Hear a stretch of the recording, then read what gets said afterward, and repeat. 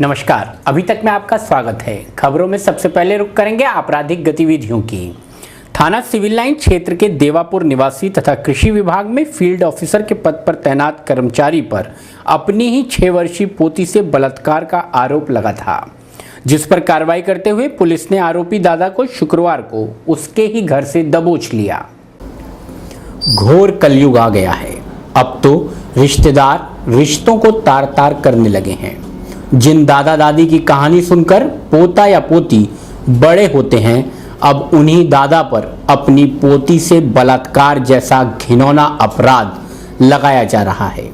कृषि विभाग में फील्ड ऑफिसर के पद पर कार्यरत वीर सिंह पर आरोप लगा है कि उसने अपनी ही 6 वर्षीय पोती को घर में अकेला पाकर बलात्कार जैसा घिनौना अपराध किया।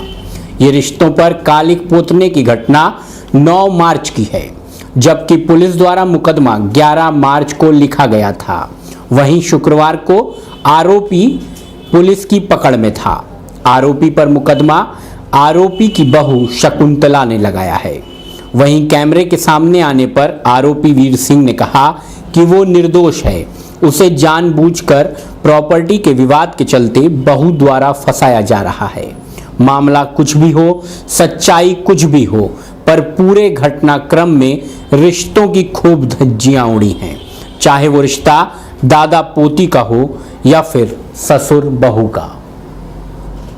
सच्चाई सब झूठ है इसमें। देखा जाए तो मुझे इल्जाम आ रहा है। इल्जाम मेरी मकान के बवाद चक्कर में रहा हूँ। बुढ़े आदमी में आप विश्वास है 6 महीने का इसमें तो इनकी सब जाल बिछी हुई। इसीलिए बताऊँ बात सिखा के ऐसा करना, ऐसा आना, वैसा आना और ऐसा फंसाना। बताऊँ बात मेरी ड्यूटी पर गया सुबह 9 बजे मेरा पुलिसिंग मेरा नादू आराम से साल। क्या करते हैं आप? मैं कृषि विभाग में हूँ। कृषि विभाग में कौन से पद पर कार्यरत? मैं कृषि कामदार हूँ। बुध बाजार स्थित इंडियन ओवरसीज बैंक का सायरन बजने से हड़कंप मच गया। सूचना पर पहुंची पुलिस ने दलबल के साथ बैंक का चप्पा चप्पा छाना। बृहस्पतिवार की रात्रि अचानक बुध बाजार स्थित इंडियन ओवरसीज बैंक का सायरन बज उठा। पहले तो आसपास स्थित दुकानदारों ने गौर नहीं किया, फिर बैंक के नीचे स्थित पोपट मोबाइल के स्वामी कमल पोपट ने जागरूक नागरिक का परिचय देते हुए पुलिस को सूचना दी। सूचना मिलते ही इंस्पेक्टर कोतवाली बुध बाजार चौकी इंचार्ज दल बल के साथ बैंक पहुंच गए। सूचना मिलते ही बैंक कर्मी भी बैंक पहुंचे और पुलिस के साथ पूरे बैंक की चेकिंग की। बंद पड़े कमरों, बैंक की अलमारी, वॉशरूम, यूं कहें कि बैंक का चप्पा चप्पा पुलिस द्वारा खंगाला गया। करीब आधा घंटे तक बारीकी से बैंक का निरीक्षण किया गया। सीसीटीवी फुटेज की जांच की गई, तब जाकर पुलिस ने राहत की सांस ली। बैंक कर्मियों से बातचीत पर पता चला कि शायद शॉर्ट सर्किट के कारण अपने आप सायरन बज उठा हो। फिलहाल पुलिस द्वारा मुस्तैदी से बैंक का चप्पा चप्पा जांचा गया और किसी प्रकार की भी समस्या न होने से राहत की सांस ली गई। गाड़ी का तो क्या पता, कोई वैसे खड़े बैंक का ही पूछते थे। रेडी जी सर, अचानक आज बुध बाजार के इंडियन ओवरसीज बैंक में सायरन बजा, आपने मुआयना करा, कुछ मिला वहाँ पे? कुछ नहीं मिला, पूरा चेकिंग किया है। सायरन बजा, कुछ संदेह हुआ, हमारे चौकी इंचार्ज अब खुद आए हैं, तो हमें कुछ नहीं लगता कुछ वैसे ही हुआ हो, किसी शॉर्ट सर्किट से या कि मतलब किसी जानवर की वजह से सायरन बजा। आज बैंक में क्या हुआ, क्या अचानक क्या घटना घटी? सब कुछ नॉर्मल था। अभी करीब 1-1.5 घंटा पहले मैंने बैंक का सायरन बजता हुआ दिखा दिया। मैं अपनी दुकान के अंदर था। मैंने सोचा हो सकता है शायद कोई गाड़ी का बैंक हॉर्न हो या कुछ और बात हो। काफ़ी ज़्यादा हॉर्न की आवाज़ सुनाई देने पर मुझे पता लगी बैंक से आवाज़ आ रही है। मैंने चौकी पर फ़ोन करा कि वैसे बैंक से आधे घंटे से सायरन हो गया है, कृपया आप आगे यहाँ पर देखें और बैंक की स्थिति का पता करें। फिर उन्होंने बैंक वाले को बुलाया, बैंक के ताले खोल के सर कुछ सर्च करा। फिलहाल कोई ऐसी घटना उनको अपनी दिखाई नहीं दी। थाना नौगावा क्षेत्र के नौगावा नई बस्ती में पैसे मांगने को लेकर युवक की लाठी डंडों से पिटाई कर दी गई। घायल अवस्था में युवक को मुरादाबाद जिला चिकित्सालय रेफर किया गया। थाना नौगावा क्षेत्र के ग्राम नौगावा नई बस्ती में मोहम्मद इंतजार का जनरेटर की बिजली किराए पर देने का कार्य है। क्षेत्र की कई दुकानों व घरों में जनरेटर की बिजली सप्लाई की जाती है। मोहम्मद इंतजार ने अपने लड़के फ़हीम को महीने का किराया लेने क्षेत्र के ही नदीम के घर भेजा था, जिस पर पिछले 1-2 माह का किराया भी बाकी था।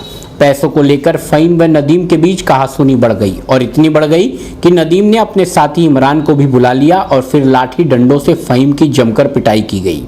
घायल फहीम ने बताया कि न केवल मारपीट की गई बल्कि उसके पास रखे करीब 4,000 रुपए भी आरोपियों ने छीन लिए। मामले की सूचना क्षेत्रीय पुलिस को दे दी गई। पुलिस द्वारा प्राथमिक उपचार हेतु घायल को नौगांवा के अस्पताल में भर्ती कराया गया था। हालत बिगड़ने पर घायल को मुरादाबाद रेफर किया गया।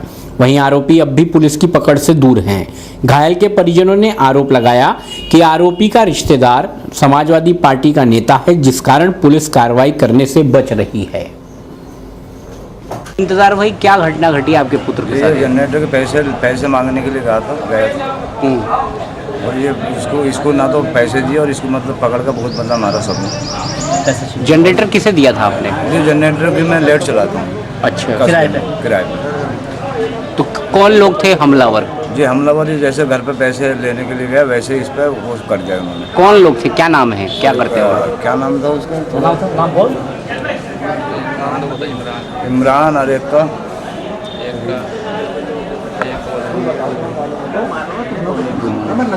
नदीम। एक का नाम मालूम नहीं और फिर औरतों ने पकड़ा और इसे बहुत बंदा मारा।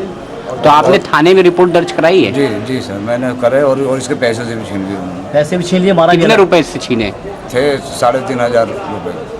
तो आपने पुलिस को कंप्लेंट करी? जी पुलिस को करी मैंने। क्या कार्रवाई करी पुलिस ने अब तक? और पुलिस ने कहा बोला मेडिकल वगैरह लाओ, हम मतलब फॉर्मेलिटी पूरी कर। बुध बाजार में सड़क किनारे खड़ी एक कार ने क्षेत्र में हड़कंप मचा दिया। देर शाम तक इस एक्सीडेंटल कार के स्वामी के न आने पर क्षेत्रीय पुलिस द्वारा कार को जब्त कर थाने ले आया गया। बुध बाजार में बीच सड़क पर खड़ी इस बीट कार ने क्षेत्रीय लोगों के होश उड़ा दिए। बताया गया कि यह एक्सीडेंटल कार सुबह के समय किसी व्यक्ति द्वारा बाजार में सड़क किनारे खड़ी की गई थी। देर शाम तक कार स्वामी नहीं पहुंचा तो क्षेत्रीय लोगों ने शाम को कोतवाली पुलिस को सूचना दी। सूचना पर पहुंची पुलिस ने बारीकी से कार की जांच पड़ताल की। कार का नंबर UP 21 AQ 4505 है तथा कार पर अधिवक्ता का स्टिकर भी लगा हुआ था। कार को एक्सीडेंटल हालत में देख पुलिस ने कार को जब्त कर लिया और अपने साथ थाने ले आई। गौरतलब हो कि कुछ दिन पूर्व लाजपत नगर में नारायण मंदिर के समीप किसी ने स्कूटर भी इसी तरह छोड़ दिया था और अब बुध बाजार में कार को छोड़ दिया गया। कहीं ये किसी साजिश की ओर तो इशारा नहीं कर रहा? जी गोबर जी, आज कौन सी गाड़ी है, किसकी गाड़ी है, कुछ पता चला है? ये आज हमने सब सुबह दुकान खोली थी तो ये गाड़ी बाहर खड़ी थी। मैंने आसपास लोगों से सर्च भी कराया था ये गाड़ी किसकी है, लेकिन किसी की जानकारी भी नहीं थी। एक बराबर में चौकीदार रहते हैं, उन्होंने कहा था कि गाड़ी सामने चौकीदार में है ये बंदे। उनसे कहा था आप गाड़ी हटा लो, बोले वैसे मैं अभी 5 मिनट में आ गया हूँ। तब से गाड़ी मैंने आगे थोड़ी देर पहले ही चौकीदार सबको फोन करा है कि वैसा देखिए लावारिस गाड़ी खड़ी है और सुबह से पुलिस को लेकर नहीं आया कि आगे जा सकें। अच्छा, बीच रास्ते में खड़ी है और गाड़ी एक्सीडेंटल गाड़ी लग रही है, क्या मानना है, क्या कहना है? बीच गाड़ी रास्ते में खड़ी है लेकिन ऐसा महसूस हो रहा है कि हो सकता है किसी ने गाड़ी एक्सीडेंट करके आया हो, गाड़ी यहाँ पे खड़ी करी हो। फिलहाल कोई नहीं। फिलहाल वक्त है एक छोटे से ब्रेक का। हम जल्द हाजिर होंगे शहर की कुछ और सुर्खियां लेकर।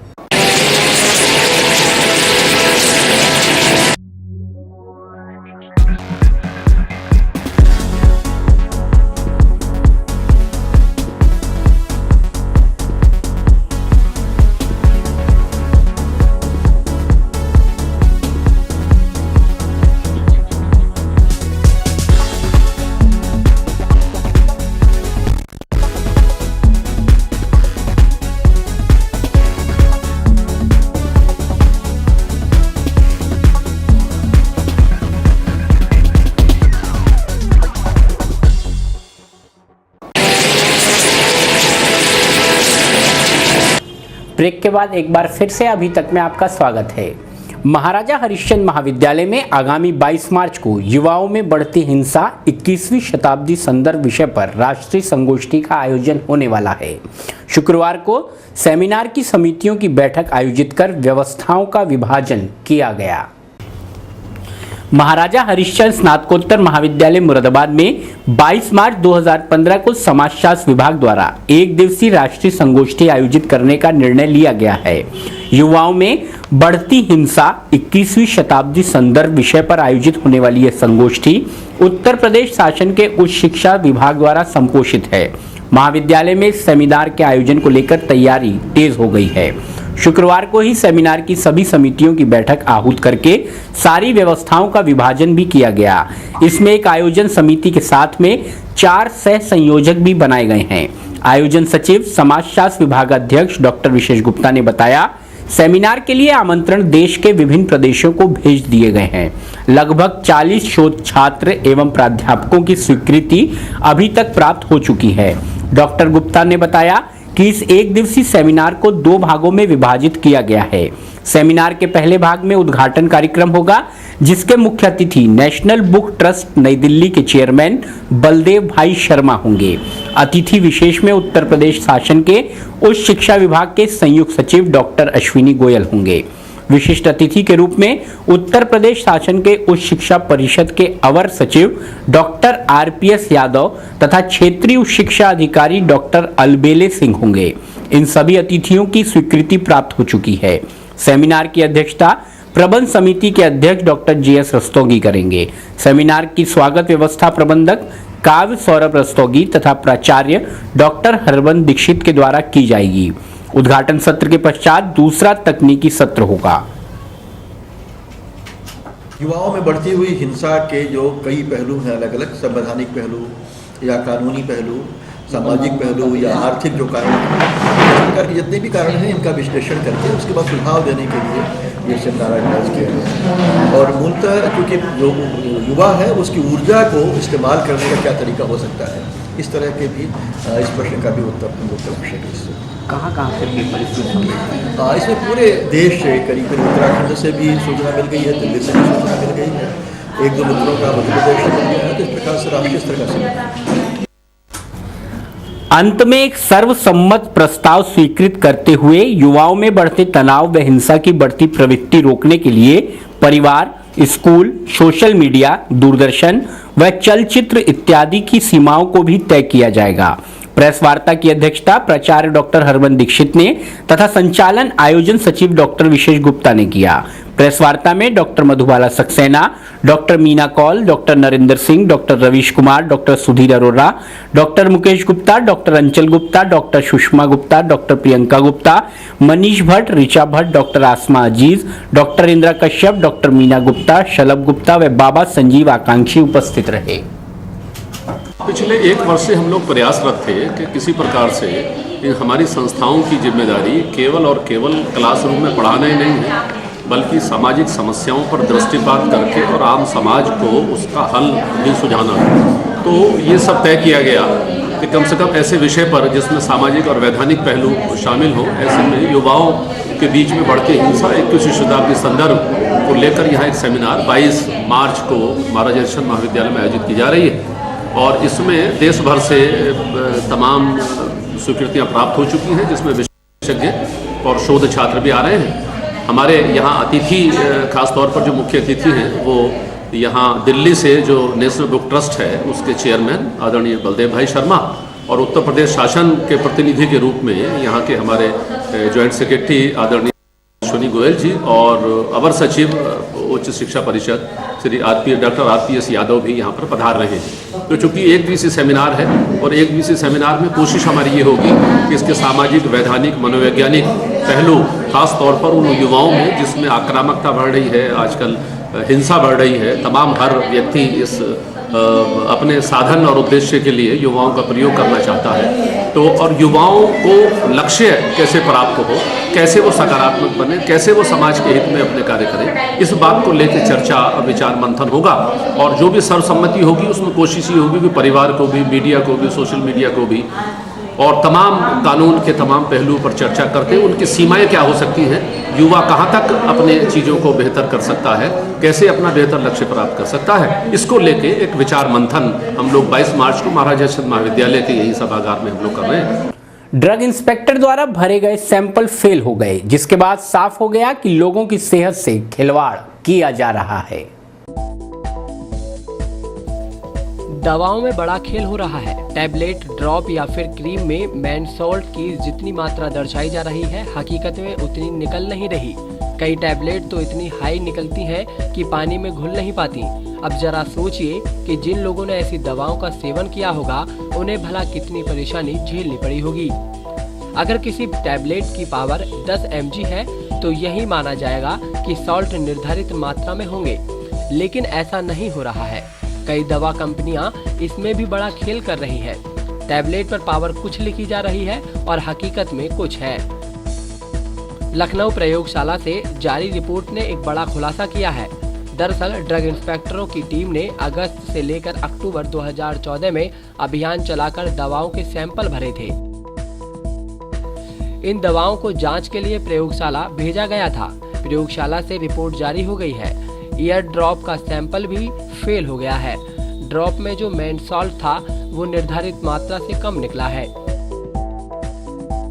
अगर किसी ने कान के दर्द के दौरान इस ड्रॉप का इस्तेमाल किया होगा तो जिस तरह से असर होना चाहिए वैसा नहीं हुआ होगा। ड्रग इंस्पेक्टर उर्मिला यादव ने बताया कि ईयर ड्रॉप का ये सैंपल पब्लिक मेडिकल स्टोर से लिया गया था। एक पैरासीटामोल टैबलेट का नमूना भी फेल हो गया है। जो रिपोर्ट आई है उसके मुताबिक गोली बेहद हार्ड थी, पानी में सही से घुल नहीं पा रही थी। इस टैबलेट का नमूना MM मेडिकल से लिया गया था। एक फेस क्रीम का भी सैंपल फेल निकला है। फेस क्रीम में जिन पदार्थों का विवरण दिया गया था उतना नहीं निकला। 3 दूसरी दवाइयां भी मिथ्या छाप पाई गई हैं। पैकिंग में भी गड़बड़ी निकली है। इन सभी को नोटिस जारी कर दिया गया है। विभागीय कार्यवाही की जा रही है। जो रिपोर्ट्स 2-3 दिन पहले हमारे पास आई है उसमें 10 सैंपल को लिए गए थे, जिसके रिपोर्ट्स आए हैं। इसमें अधोमानक 3 पाए गए हैं। सर्जिकल आइटम जो है कार्ड से लिया गया, उसमें एक है पैरासीटामोल टैबलेट जो होता है, बहुत ही महत्वपूर्ण दवा होती है बुखार के लिए, ये भी एक है। और जेंटाकोड डी ये ड्रॉप होता है, ये ड्रॉप, ये तीनों में जो है अधोमानक आया गया। यानी जो भी इसके फार्मूले होने चाहिए, जो भी क्वालिटी होनी चाहिए, उससे ख़राब क्वालिटी के पाए गए। ये स्वास्थ्य के लिए निसंदेह जो हमको वो जहाँ 1 टैबलेट फ़ायदा करना चाहिए, 2 टैबलेट फ़ायदा करेगा, वहाँ 4 टैबलेट लगाना पड़ेगा या अधिक प्रयोग करना पड़ेगा, मात्रा के हिसाब से होगा। इस तरह जो 8 दवाएं हमारे पास आई हैं जहाँ मिथ्या छाप है, इससे मिस प्रिंटिंग हो सकती है, स्पेलिंग मिस्टेक हो सकती है, तमाम कंपनियाँ हो सकती हैं, जिससे गलत संदेश जा सकता है।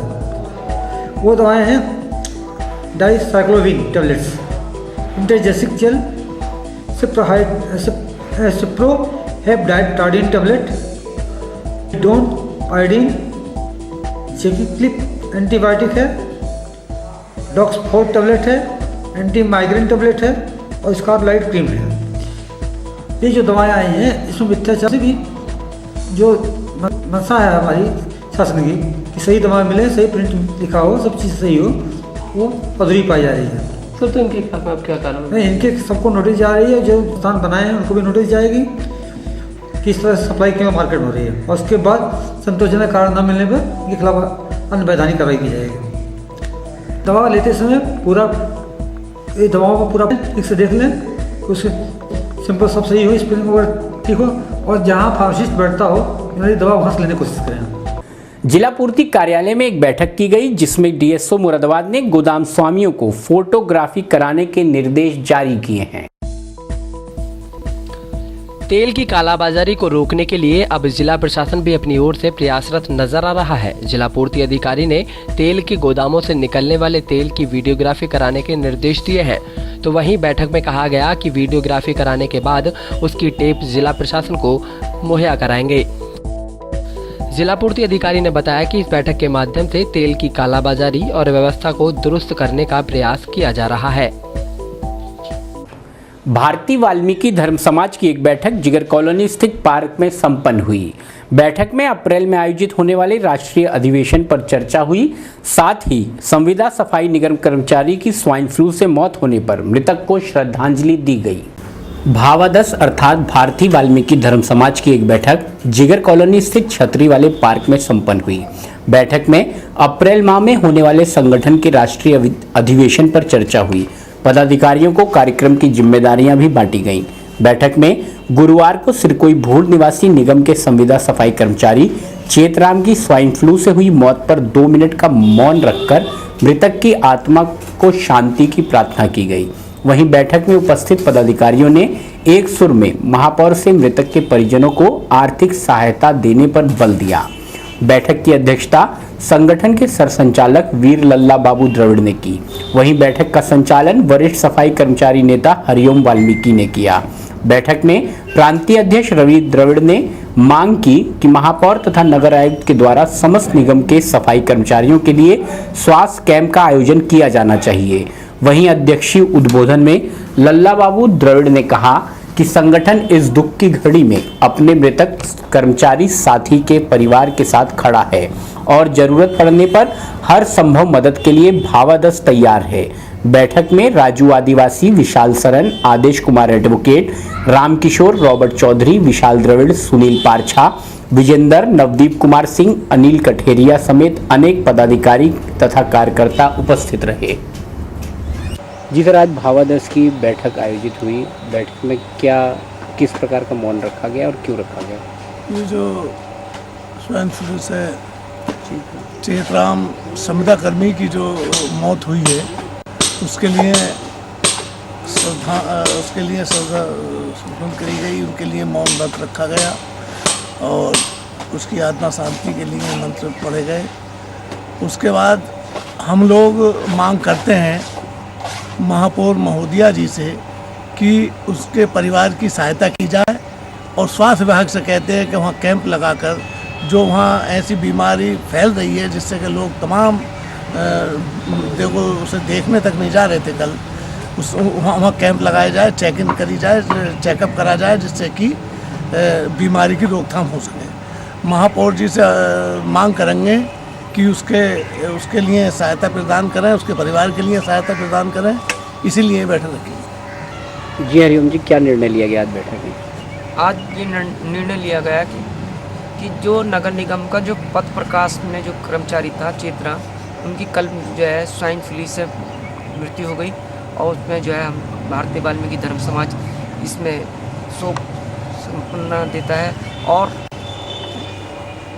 नगर निगम प्रशासन से मांग करता है कि उनके आर्थिक मदद की जाए जिससे उसके परिवार का पालन पोषण ठीक से हो सके। और हम लोग IMA की टीम से ये गुजारिश करते हैं कि वहाँ पर जो है स्वास्थ्य केंद्र लगाए जी रवि बाबू जी, आज बैठक में क्या निर्णय लिया गया और क्या कहना चाहेंगे आप अभी तक के माध्यम से? देखिए, आज की जो बैठक आयोजित की गई थी ये एक शोक सभा भारतीय वाल्मीकि धर्म समाज के द्वारा की गई है। इसमें मृतक जिसकी स्वाइन फ्लू से मृत्यु हुई है चेतराम सैनी की, उसके आत्मा की शांति के लिए हम लोगों ने मौन व्रत रखा है, शोक सभा की है और साथ ही हम लोगों ने नगर निगम प्रशासन से, नगर आयुक्त महोदय से एवं महापौर महोदय से मांग की है और आपके चैनल के माध्यम से मांग करते हैं संगठन के द्वारा कि उसके परिवार को आर्थिक सहायता पहुंचाएं, उसके परिवार की आर्थिक मदद करें। साथ ही बताना चाहूँगा कि उसके परिवार में कुछ और भी लोग हमें ज्ञात हुआ है कि स्वाइन फ्लू से पीड़ित है, उनका भी मेडिकल चेकअप कराया जाए। और नगर निगम के अंदर काफ़ी कर्मचारी हैं जिसमें कि बड़ी तादाद में सफाई कर्मचारी जो कि वाल्मीकि समाज के हैं। मेरा अनुरोध है नगर आयुक्त महोदय से एवं महापौर महोदय से कि वह इन सब का मेडिकल चेकअप कराया जाए ताकि आने वाली जो भयभीत बीमारी स्वाइन फ्लू से परिवारों को अनाथ होने से बचाया जा सके। यहाँ लेना होगा एक छोटा सा ब्रेक। हम जल्द हाजिर होंगे कुछ और सुर्खियाँ लेकर।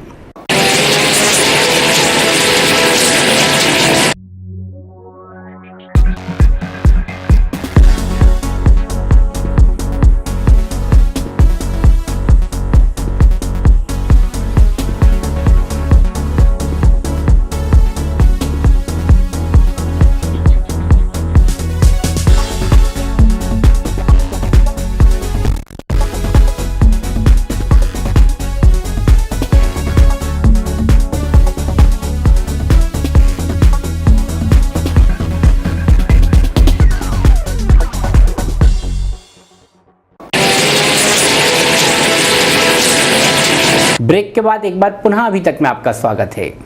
श्री दिव्य परिवार की ओर से स्वाइन फ्लू की दवाइयों का वितरण किया गया जिसमें हजारों लोगों को दवाइयां वितरित की गईं। श्री परिवार दिव्य महायज्ञ समिति की ओर से एक शिविर लगाया गया, जिसमें मरीजों को निशुल्क स्वाइन फ्लू की होम्योपैथिक दवाइयां का वितरण किया गया, जिसमें बड़ी तादाद में कैंप में लोगों की भीड़ रही। इस अवसर पर मुख्य अतिथि जिला होम्योपैथिक चिकित्सा अधिकारी डॉक्टर राजकुमार शर्मा और सिटी मजिस्ट्रेट AK श्रीवास्तव रहे तथा कार्यक्रम की अध्यक्षता नरेश सक्सेना समिति के संयोजक द्वारा की गई। आयोजित निशुल्क चिकित्सा शिविर में जिला होम्योपैथिक चिकित्सा अधिकारी डॉक्टर राजकुमार शर्मा ने बताया कि स्वाइन फ्लू के वायरल से लोगों को बचाने के लिए ही निशुल्क दवाइयों का वितरण किया जा रहा है। आजकल जो स्वाइन फ्लू फैल रहा है, इसके बचाव के लिए विशेष तौर पर इस दवाई को वितरित किया जा रहा है यहाँ से, और श्री परिवार के द्वारा ये कैंप लगा है। मैं जिला होम्योपैथिक अधिकारी डॉक्टर राजकुमार शर्मा और मैंने प्रेरणा दी थी, इस कारण से इन्होंने प्रयास करके यहाँ पर कैंप लगाया।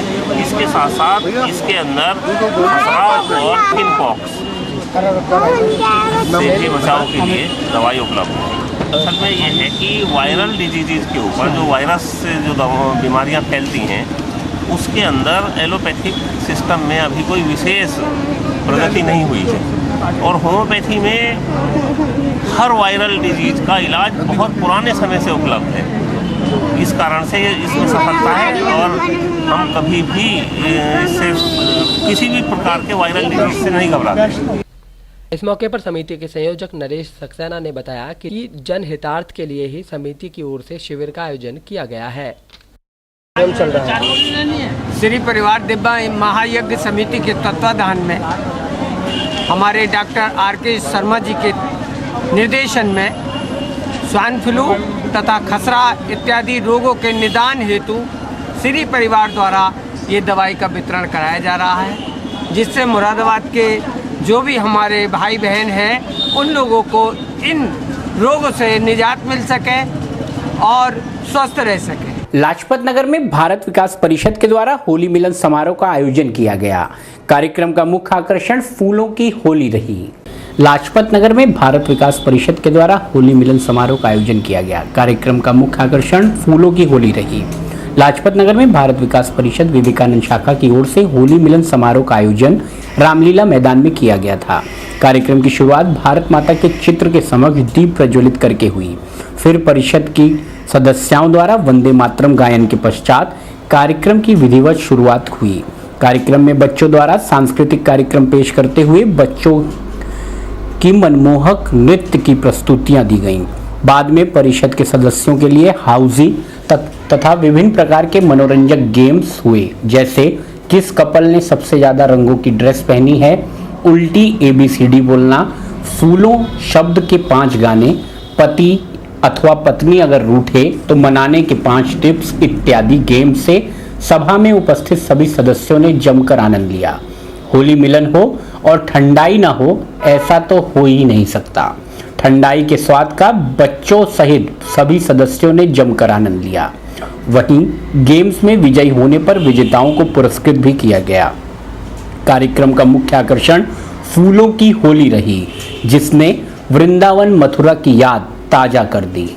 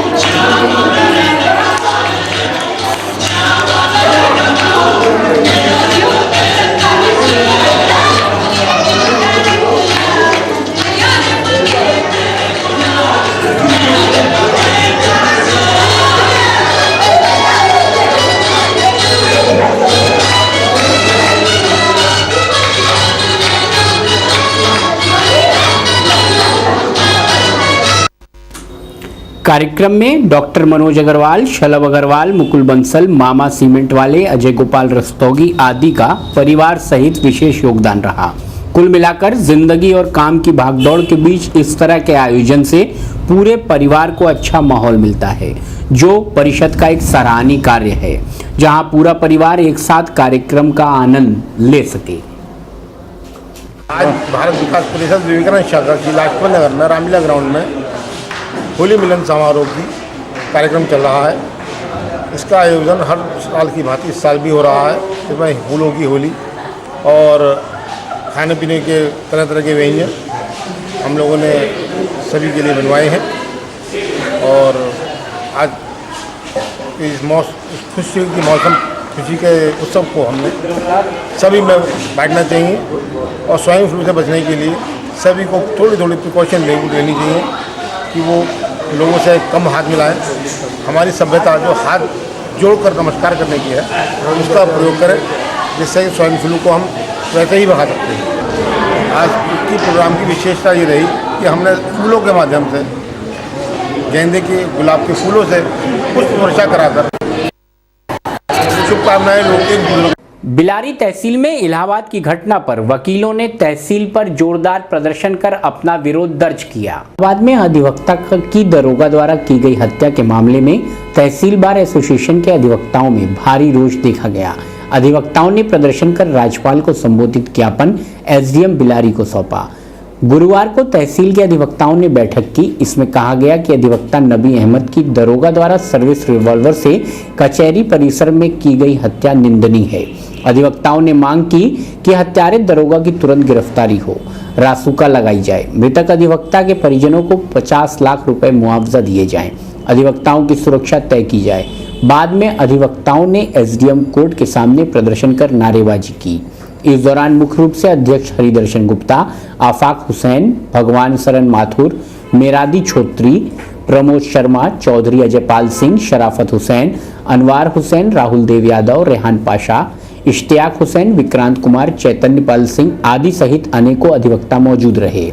इलाहाबाद की घटना पर रोष प्रकट करते हुए तहसील बार एसोसिएशन अध्यक्ष हरिदर्शन गुप्ता एडवोकेट ने बताया, तहसील bar association Bilari bar council of Uttar Pradesh के आह्वान पर आज पूरे प्रदेश में जो इलाहाबाद में घटना घटी थी उसके विरोध में हम लोगों ने आज प्रदर्शन किया है और सारे वकीलों में बहुत रोष है। सभी चाहते हैं कि जो दरोगा है आरोपी उसके खिलाफ कार्रवाई हो, उसे रासुका में उसकी गिरफ्तारी की जाए और उस पर रासुका लगाया जाए और मृतक परिवार के परिजनों को 50 लाख रुपए कम से कम मुआवजे। बिलारी में बज़्म शफी द्वारा आयोजित मुशायरे में शायरों ने देश की अजमत, भ्रष्टाचार, राजनीति की दलदल के साथ साथ परंपरागत तरीके से महबूब के हर पहलू को मौजू बनाया। रात के अंतिम पहर तक चले मुशायरे की शुरुआत तिलावत कुरान पाक से सैयद हकीम तसद्दुक हुसैन जनेटवी ने की। मुशायरे का आगाज परंपरा के अनुसार शमा रोशन करके विधायक प्रतिनिधि मोहम्मद फहीम एडवोकेट ने किया। इस अवसर पर उन्होंने कहा कि उर्दू जुबान को फरोग व मजबूती देने में मुशायरों का बड़ा योगदान रहा है। मुशायरे के बहरिया दौर में शायर मोहम्मद आसिफ कमल एडवोकेट ने कहा कि मैं मोहब्बत के गीता गाता हूँ, हर हवादिस में मुस्कुराता हूँ, है तकल्लुस कमल मेरा यारो, मैं तो कीचड़ में भी गुल खिलाता हूँ। मुशायरे का संचालन कर रहे शायर खुशतर शादानी ने कुछ इस तरह फरमाया, कमा तो लाएगा परदेश से बहुत दौलत, मगर बुजुर्गों की सूरत मिली ना मिली। मुशायरे में इदरीस अहमद ने नातिक रसूल प्रस्तुत की। मुशायरे में डॉक्टर नफीस अहमद, नुमान जमाल, जमीर सालिकी, राजू, बहार हुसैन, मोहतरमा जीनत, अनवर कैफी, महमूद सिरसवी, कृष्ण कुमार नाज, जिया शादानी, राज शादानी, मुनव्वर तबिश, शबाब मैना ठेरी आदि ने शिरकत की।